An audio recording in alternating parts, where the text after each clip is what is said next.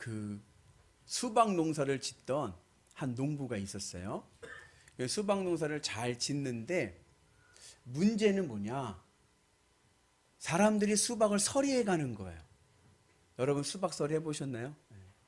그래서 수박을 서리를 해가니까 이 농부가 이거 수박을 서리하지 못하도록 어떻게 하면 좋을까 하다가 묘책이 생각이 났습니다. 그래서 수박밭 앞에다 큰 경고문을 붙였습니다. 경고문에는 이렇게 쓰여 있습니다. 수박 서리 주의. 수박 중에 하나에 청산가리를 넣음. 네, 그렇게 넣은 거예요. 그러니까 어느 수박에 청산가리를 넣을지 모르니까 먹으면 죽잖아요. 그러니까는 그렇게 해놓은 거예요. 그랬더니 정말 효과가 있었어요. 아무도 수박을 서리하지 않습니다. 그래서 농사가 잘 됐어요. 그래서 이제 드디어 추수할 때가 됐습니다.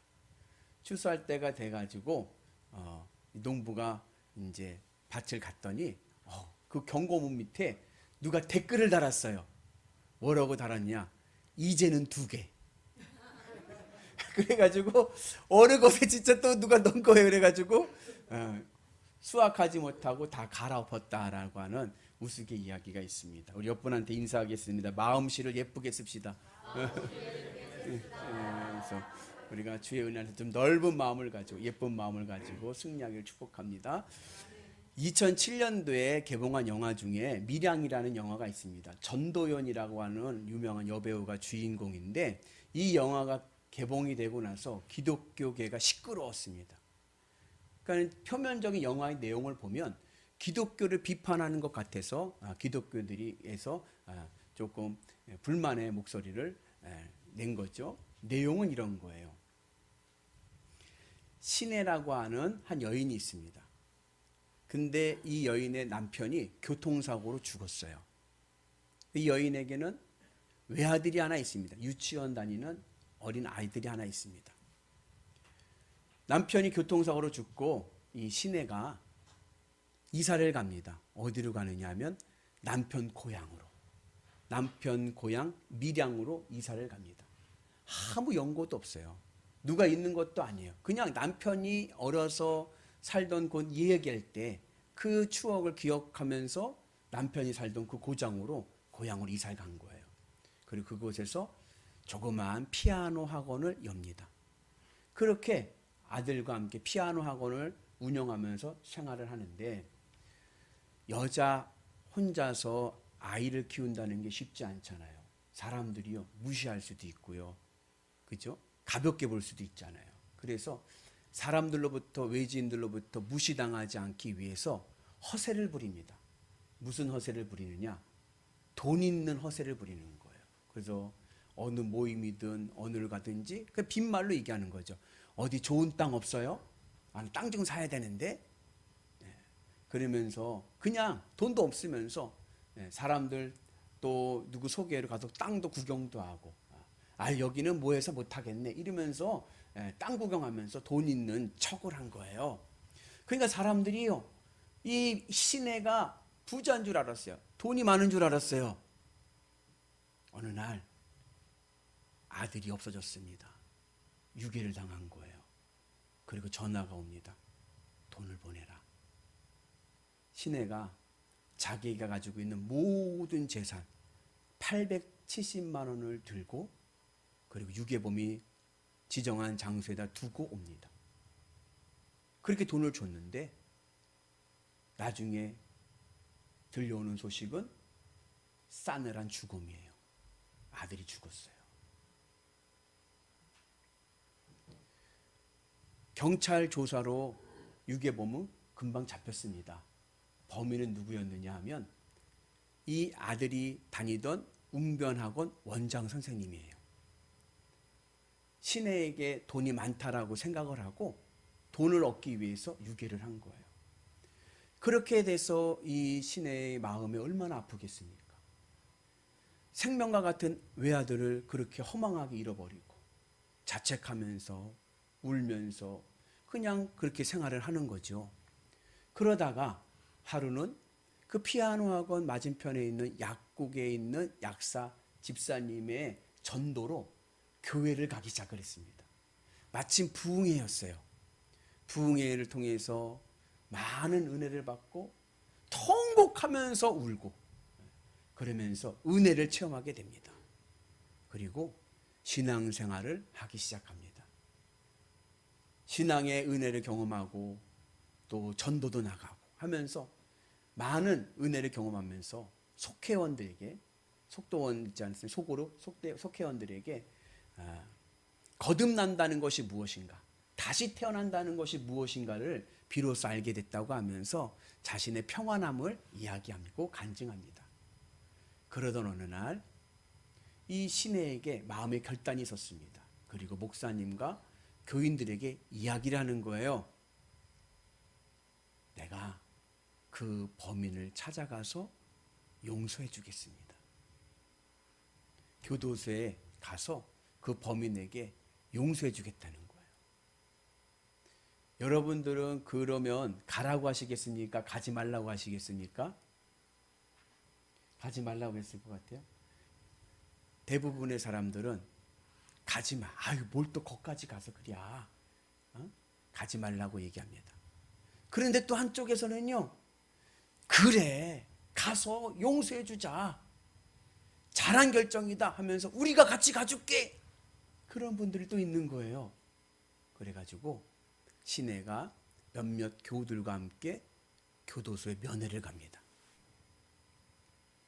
면회장에서 드디어 그 범인을 만나게 되었어요. 그런데요, 시내가 깜짝 놀란 것은, 좀 당황스러웠던 것은 이 범인의 얼굴이 너무나도 평안한 거예요. 시내가 기대했던 것은 미안함과 죄책감과 두려움 속에 있는 그 범인을 볼 줄 알았는데 그 범인의 얼굴이 너무나도 평안해 보이는 거예요. 시내가 묻습니다. 어떻게 잘 지내십니까? 그랬더니 이 범인이 이야기합니다. 예, 잘 지내고 있습니다. 저는 이 교도소에 와서 신앙생활을 하기 시작했습니다. 세례를 받았습니다. 그리고 하나님의 큰 은혜로 용서받았습니다. 지금은 신혜 씨를 위해서 기도하고 있습니다. 이렇게 이야기를 하는 거예요. 근데 그 이야기에 시내는 충격을 받습니다. 아니, 피해자인 내가 아직 용서하지 않았는데 하나님이 용서하셨다고요? 내가 아직 당신을 용서하지 않았는데 당신은 이미 용서받았다고요?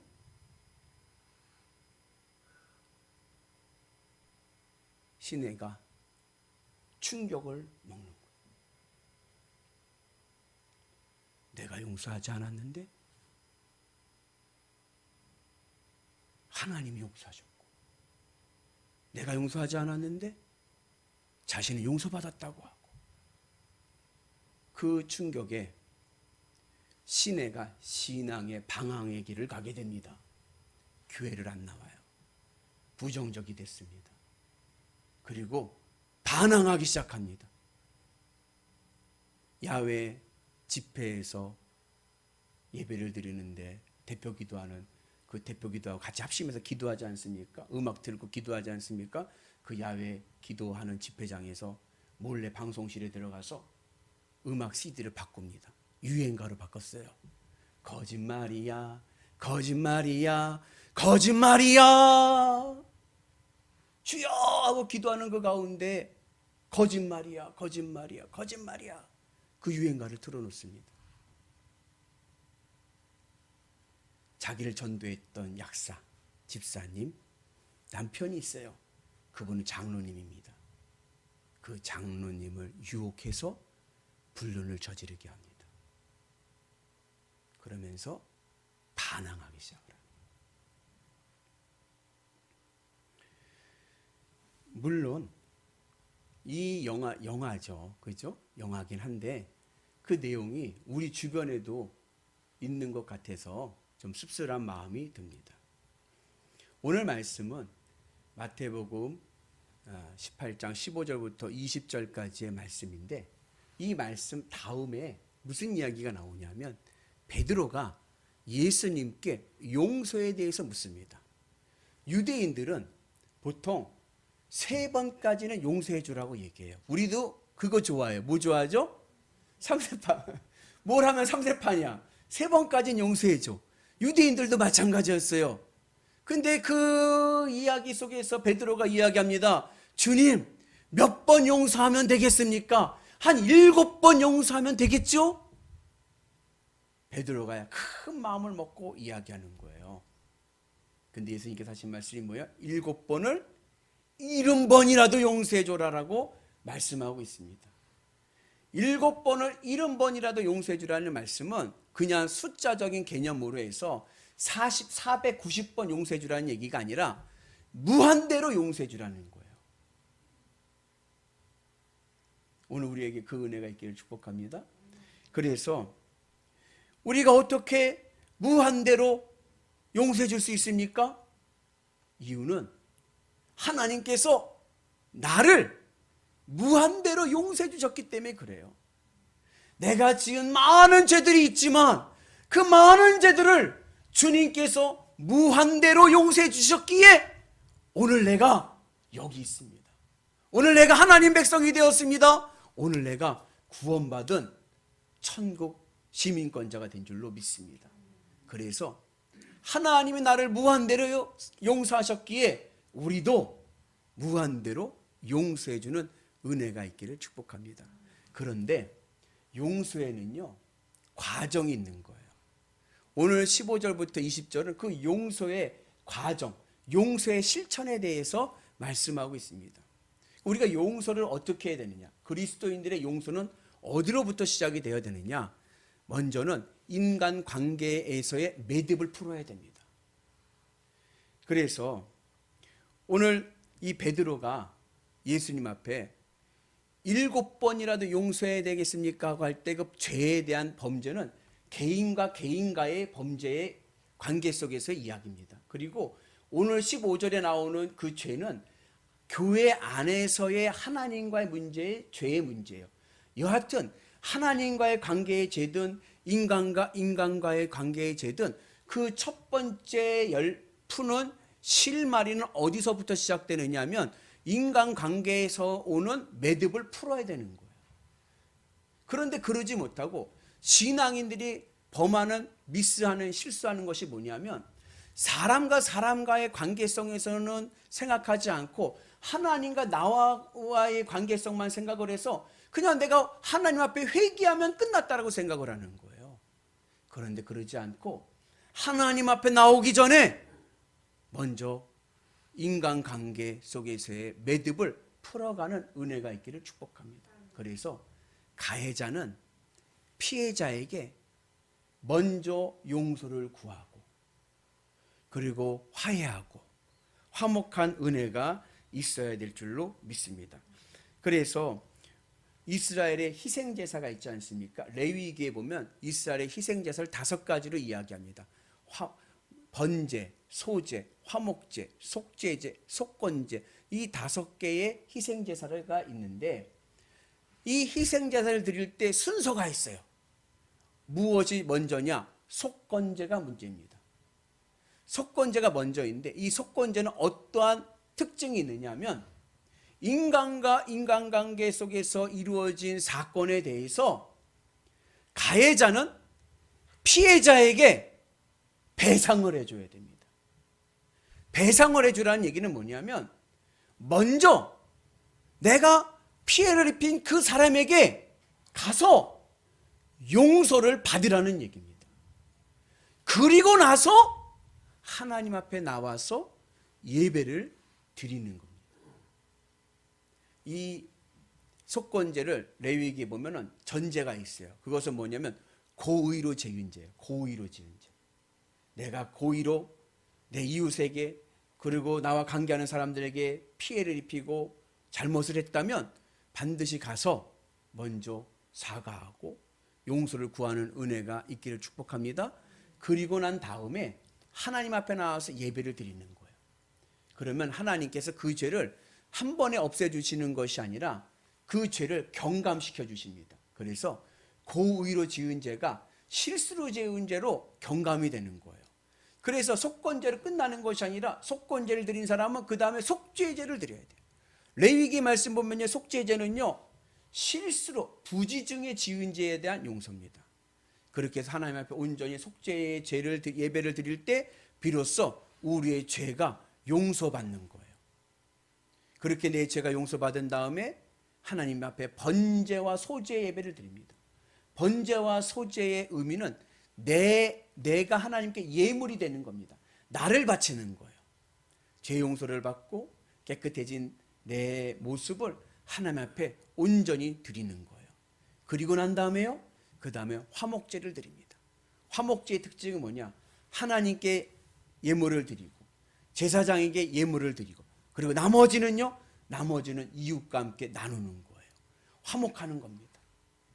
오늘 우리에게도 그 은혜가 있기를 축복합니다. 그래서 예수님께서도 말씀하시기를 산상수훈에서 우리 같이 있습니다. 그러므로 예물을 제단에 드리려다가 거기서 내 형제에게 원망 들을 만한 일이 있는 것이 생각나거든 예물을 제단 앞에 두고 먼저 가서 형제와 화목하고 그 후에 와서 예물을 드리라. 하나님 앞에 예물을 들고 예배의 자리에 옵니다. 그런데 내가 원망 들을 말이 있어요. 내가 누구에게 잘못한 것이 있습니다. 그것이 깨닫게 되어지거든 먼저 그에게 가서 그와 화해하고 화목하고 그리고 와서 예배를 드리라 말씀하십니다. 그래서 오늘 우리가 주님의 은혜 안에서 화목하고 그리고 행복한 삶을 살기 위해서는 먼저 이 인간관계에서의 매듭을 풀어가는 은혜가 있기를 축복합니다. 그래서 우리 모두가 하나님의 은혜 안에서 용서합시다. 아멘. 용서의 은혜가 있기를 축복합니다. 두 번째는 그 용서는 어떻게 인간관계에서 풀어갈 수 있느냐? 그 실천하는 방안이 바로 기도입니다. 여러분, 용서는요 내 힘으로 되는 게 아니에요. 용서는요 하나님이 하십니다. 그래서 성경에서 말씀할 때 용서에 대한 주제를 말씀하실 때 꼭 연결되는 것이 뭐냐면 기도입니다. 대표적인 예가 예수님께서 주기도문을 우리에게 가르쳐 주시지 않습니까? 너희들은 이와 같이 기도하라. 그때 그 주기도문의 내용이 뭐예요? 우리가 우리에게 죄 지은 자를 사하여 준 것과 같이 우리의 죄를 사하여 주시옵고, 그냥 내 죄를 용서해 달라는 게 아니라 우리가 우리에게 용서해 줬던 것 같이 우리를 용서해 주세요라고 기도합니다. 제가 여러 번 얘기했는데 제 고등부 때 친구는요 이 구절이 너무 마음에도 안 드는 거예요. 왜냐? 본인은요 자기한테 잘못한 사람은 절대로 용서할 수가 없대요. 그래서 주기도문 할 때 우리가 우리에게 죄 지은 자를 사하여 준 것 같이를 생략해 가만히 있대요. 지나가기를. 그리고 우리의 죄를 사하여 주시옵고 그런다는 거예요. 그런데 그것을 극복할 수 있는 길은 기도입니다. 그래서 우리가요 기도하는데 나 혼자 할 수도 없어요. 성경 보면 두세 사람이 모여서 합심하여 기도할 때 그 은혜가 오늘 우리 가운데 임하게 될 줄로 믿습니다. 그래서 용서는 내가 하는 게 아니에요. 용서의 주체는 하나님이십니다. 하나님께서 내 마음을 여셔야 우리가 용서의 은혜가 있게 될 줄로 믿습니다. 그 은혜가 오늘 우리 가운데 있기를 주님의 이름으로 축복합니다. 이 밀양이라는 영화에서 이 시내가 실수한 것이 뭐냐면 시내는 용서를 너무 쉽게 여긴 거예요. 용서를 내가 한다라고 생각을 한 거예요.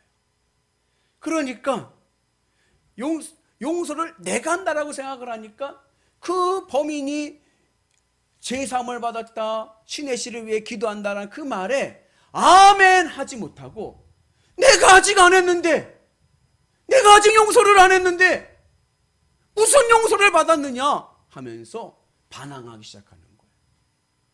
그래서 내가 복음이 위험한 겁니다. 시내에게는요 내가 복음인 거예요. 오늘 우리는 내가 복음을 넘어서서 예수 복음의 은혜가 있기를 축복합니다. 하나님이 하시면 하나님의 은혜로 되는 거죠. 그것을 내가 한다라고 생각하지 마시고 하나님이 용서의 주체이시니 그 말씀에 우리는 순종으로 나가는 은혜가 있기를 축복합니다. 그 네덜란드에 코리텐붐이라고 하는 믿음이 좋은 여인이 있었습니다. 근데 이 여인의 언니가 2차 세계대전 때 나치 포로 수용소에 수용당하면서 많은 고문과 그리고 고통 속에 살았습니다. 그러다가 그 언니를 그 간수가 죽였어요. 잔인하게 죽여버렸습니다. 그 모습을 이 여인이 보게 된 거예요. 전쟁이 끝났습니다. 그리고 나서 이 포로로 이 수용소에 있던 그 간수가 포로가 돼가지고 이제 재판정에 나오는 그 과정 속에서 이 여인이 그 병사를 보게 됩니다. 그의 마음에 기도를 하는 거예요. 하나님, 저는 저 사람을 절대로 용서할 수 없습니다. 그렇게 마음으로 기도하고 있는 거예요. 미워 죽겠는 거예요. 그때 주님께서 그 여인에게 마음의 음성을 들려주십니다. 나는 너에게 용서하라고 이야기하지 않는다. 나는 너에게 순종하라고 이야기하고 있다. 순종해라. 그 말에 의지를 가지고 그 병사에게 다가가서 끌어안습니다. 끌어안는 그 순간에 이 여인의 마음에 주님의 사랑의 빛이 비추는 거예요. 그래가지고 그 일을 정말로 진심으로 용서하게 되는 은혜를 경험하게 되었습니다. 오늘 우리에게도 그러한 은혜가 있기를 축복합니다. 나는 못해요. 내 마음에요. 용서해야지 생각해도요. 만나면 어때? 만나면 내 심장이 두근두근거리고 피가 거꾸로 솟는 것 같은데 어떻게 용서를 해요? 그러나 순종하는 거예요. 주님의 명령이니까. 순종으로 나갈 때 우리의 마음에 그리스도의 빛이 사랑의 빛이 되어서 용서의 은혜가 있게 될 줄로 믿습니다. 그 은혜가 오늘 우리 가운데 있기를 주의 이름으로 축복합니다. 그리고 세 번째, 이 용서의 완성은 교회 공동체의 도움으로 이루어집니다. 그래서 특별히 오늘 말씀에서 이 범죄한 사람들을 회복시키는 이야기, 용서의 목적은 뭐예요? 그 사람을 회복시켜 주는 거예요. 그래서 한 사람이 가서 권면을 하고 그 다음에 두세 사람이 가서 또 확증하면서 그가 죄에서 벗어나서 하나님의 사람으로 거듭나도록 우리가 돕고 그리고 기도하는 은혜가 있어야 될 줄로 믿습니다. 오늘 17절의 말씀인데 우리 같이 봅니다. 만일 그들의 말도 듣지 않거든 교회의 말하고 교회의 말도 듣지 않거든 이방인과 세리와 같이 여기라. 이 말씀의 의미를 우리는 문자적으로 보면은 어떠한 의미가 들리냐면 권면을 해도 듣지 않으면 그냥 잘라버려라 이렇게 들려 보이는 거야. 쫓아내라. 그런데 오늘 이 말씀의 깊은 의미는 그렇지 않습니다. 정반대입니다. 예수님께서 오늘 이렇게 말씀하신 것은 쫓아내라가 아니라 회복시키라는 겁니다. 그 영혼을 살리라는 겁니다. 우리가 하는 일은 뭐냐? 성도가 하는 일은 뭐냐? 그에게 가서 기도해주고 권면해주고 다시 빌드업 하나님의 사람으로 일어서도록 도와주는 거예요. 나머지는요, 징계와 심판은 교회에서 한다는 겁니다. 교회에서 할 터이니 교회가 치리하니 너희들은 징계하지 말라는 거예요. 정죄하지 말라는 겁니다. 우리가 할 수 있는 것은 서로 사랑하고 그리고 화목하고 기도해주는 은혜가 있어야 될 줄로 믿습니다. 그래서 오늘 우리에게도 그러한 사랑의 은혜가 있기를 주님의 이름으로 축복합니다. 우리 모두가 주의 은혜 안에서 행복한 믿음의 길, 우리 영일교회는요 화목한 교회, 행복한 교회, 아멘이시죠? 네, 누구를 정죄하기보다는 그를 위해서 기도해 줄 수 있는 사랑의 빚덩어리들, 하나님의 은혜가 있기를 축복합니다. 특별히 오늘 이 말씀에서 이 15절에서 말씀하는 이 죄는 하나님과의 관계성에서 죄라고 얘기하지 않았습니까? 이 하나님과의 관계성 속에서의 죄는 어떠한 죄냐면 마태복음 18장의 맥락에서 보면 돌이켜 어린아이와 같이 되지 않은 죄입니다. 돌이켜 어린아이와 같이 되지 않은 죄가 뭐냐? 어린아이는 어때요? 어린아이에게는요 엄마만 있으면 돼요. 그죠? 엄마만 있으면요 아무것도 없어도요 아이는 행복합니다. 어린아이와 같은 신앙은요 주님 한 분만 계시면요, 나는 행복합니다. 주님 한 분만 계시면요, 난 더 바랄 것이 없습니다. 그런데 어른은 어떤가요? 어른은요, 이해관계가 있어요. 비즈니스가 있습니다. 나에게 이득이 되고 나에게 도움이 되고 계산합니다. 그래서 세상 것에 매여서 세상 것과 하나님과 흥정하는 신앙이 되는 거예요. 우리는 하나님과 흥정하는 신앙이 아니라 하나님만으로 기쁘고 행복한 믿음의 성도 되시기를 주님의 이름으로 축복합니다. 그럴 때 우리는 이 세상에서 하나님께 복음을 전하는 하나님의 사랑의 빗덩어리 될 줄로 믿습니다. 그래서 그들에게 잘못하고 잘못된 길로 가는 이들을 어떻게 권면하느냐? 먼저 가서 권고를 하는 거예요. 권고한다는 것은 뭐냐면 깨닫게 하는 거예요. 내 간증을 하는 겁니다. 내 삶의 이야기를 하는 겁니다. 그러면서 하나님만이 우리의 삶의 행복의 이유이심을 증언해 주는 거예요. 그래도 듣질 않아요. 그러면 어떻게 돼요? 그때는 두세 사람이 같이 신방을 가는 거예요. 그래서 확증하라고 얘기합니다. 자신들의 삶에 만난 예수 그리스도를 만나고 그리고 전함을 통하여서 그가 다시 복음 안에서 믿음으로 회복되도록 우리가 세우는 은혜가 있어야 될 줄로 믿습니다. 제가 교육전도사 때 그 섬기던 교회에서 있었던 일이에요. 그 교회가 둘로 쪼개졌어요. 둘로 쪼개져 가지고 정말 이산 가족이 따로 없어. 그래가지고 교회 와가지고 그 남편은 2층으로 아내는 1층으로 예배를 따로 드리러 가는 거예요. 그러한 가운데에서 그것이 이제 회복되어져 가는 가운데서 있었을 때 제가 간 거예요. 교육전도사로. 근데 무슨 얘기를 들었냐면 거기에 이제 장로님들이 많죠. 근데 그 장로님들이 이제 새로 이제 목사님을 모신 거예요. 담임 목사님을 모시고 같이 신방을 다닌 거예요. 낙심자 신방을 다니러 간 거예요. 그 낙심자 신방을 가서 신방을 하는데 거기 신방하는 그 권사님이 막 불만을 막 얘기하는 거예요. 뭐 어쩌고저쩌고 막 하면서 불만을 막 토로하더래. 교회에 대한 토로를 불만을. 그러면 옆에 있던 목사님이나 교우들이 아유 그렇죠 죄송합니다. 우리가 다시 하겠습니다. 그리고 이제 위로를 해주고 격려해주고 다시 교회 나오게끔 하는데 하도 불만을 막 하니까 어느 장로님이 갑자기 그러더래. 벌떡 딱 일어서더니 됐어요! 오지 마세요! 하고 확 뛰쳐나가더라는 거예요. 그래서 신방을 간 게 이게 오히려 안 좋은 모습이 된 거죠. 여러분 교회 안에서는요 우리가 할 수 있는 일은요 위로해 주고요 격려해 주고요 그리고 돌봐주는 거예요. 나머지는 하나님이 하실 줄로 믿습니다. 교회가 치리한다는 것은 공교회 하나님께서 이끄신다는 것입니다. 그래서 우리가 주의 은혜 안에서 늘 화목하고 행복한 믿음의 길을 가는 위대한 성도들 되시길 축복합니다. 여러분들의 가정도 마찬가지예요. 가정 안에서도 서로 위로해주고 격려해주고 그리고 우리가 어떠한 어려운 문제가 있어도요 이렇게 이야기하세요. 걱정하지 말아요. 우리에게는 하나님이 계시잖아요. 주님만 있으면 우리 가정은 살아요. 아멘이십니까? 우리 교회도 주님만 계시면 부흥할 줄로 믿습니다. 그 은혜가 오늘 우리 가운데 임하셔서 우리가 하나님의 은혜 안에서 사랑 안에서 늘 축복의 삶을 살아가는 거룩한 성도들 되시기를 주님의 이름으로 축복합니다.